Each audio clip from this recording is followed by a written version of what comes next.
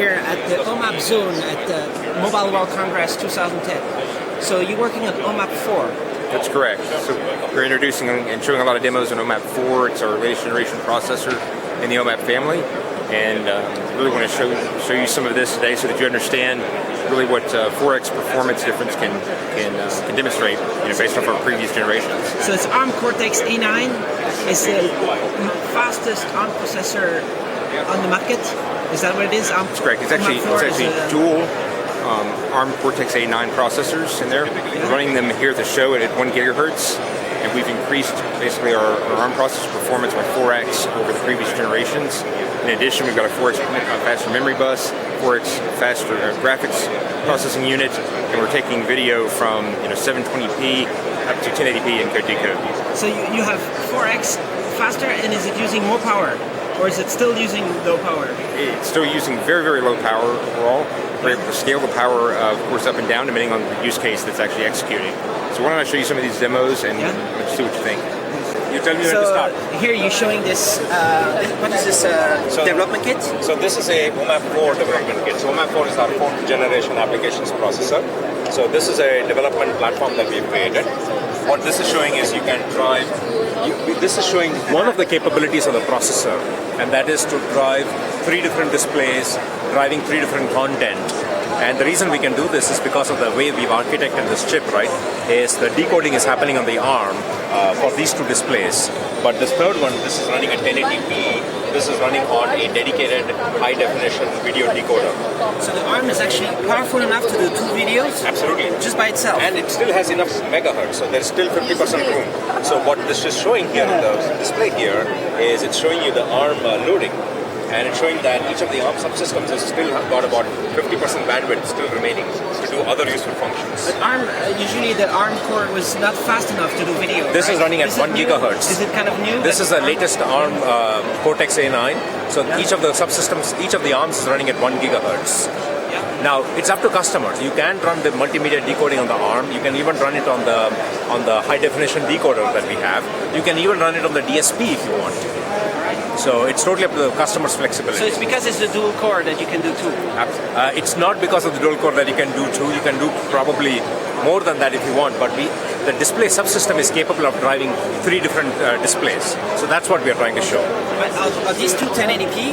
This is not 1080p. This is running 6 QVGAs. And so you see this rotating block here.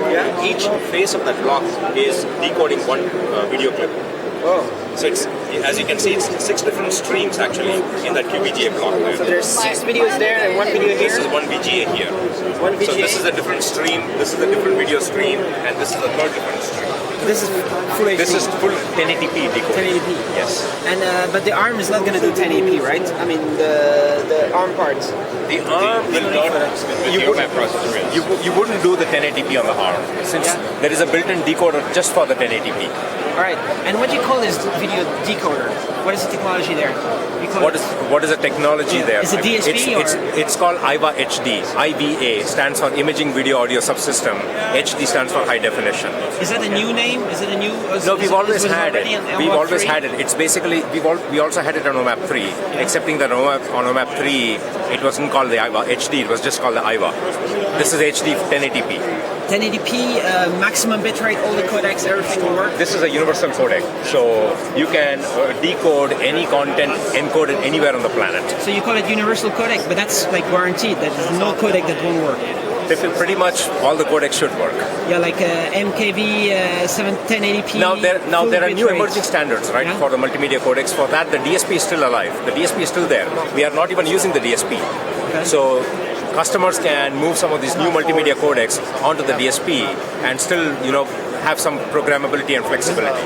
So this is like 2 screens, but maybe most devices will only have 1 screen, but you're just showing that it's super powerful. That's what it's about. Actually, there are some devices where we are targeting, for example, if you had think of a big smartphone, where you have the main display and you still want to connect an auxiliary display, like connecting an external projector, and you want to show 2 different contents on it. Voila, that's where you would use it. Or if you had a super cool smartphone where on the main display you were showing something and you want to connect it to a TV set at home and show some other content running on that.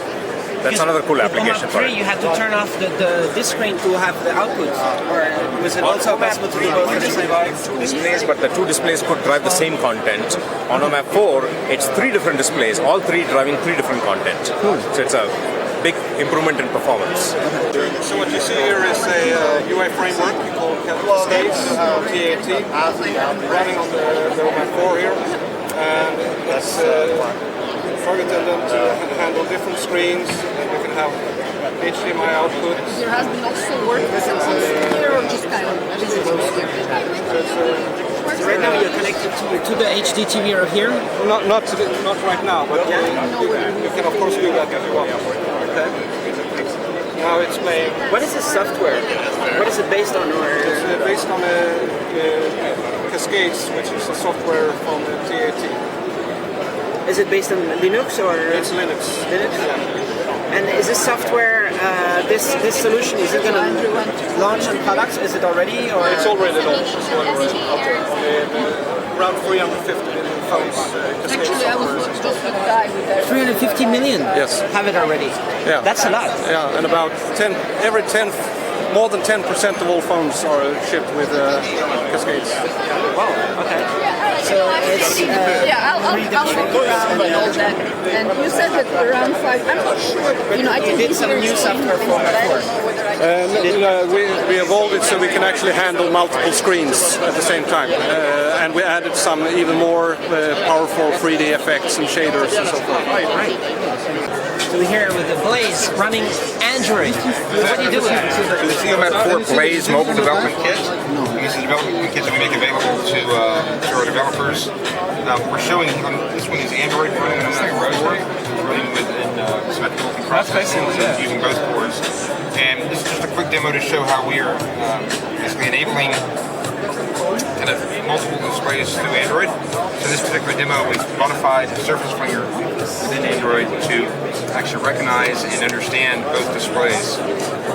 And basically just quickly showing that off at this point. So not a lot of content on this one currently, but it gives you kind of an idea of what we can do with 2 displays on So Android totally is supportive of this dual screen technology, even triple screen. The nice thing about Android is we've been able to make those modifications to the application framework itself to support that. So it just gives you an idea of kind of what's coming.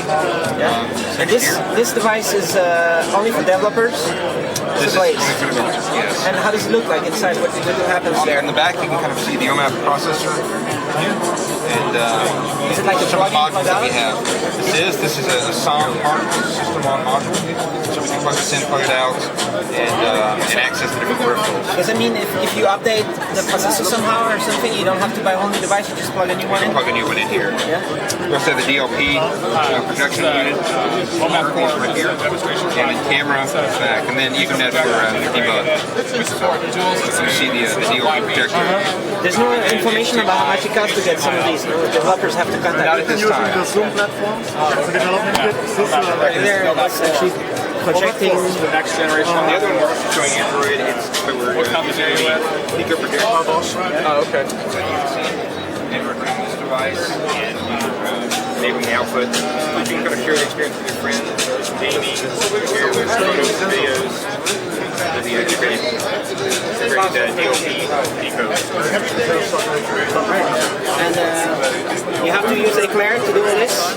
We're demoing with Android 2.0 right now, and that's just the latest version we use for this demo. Right, thanks. Absolutely.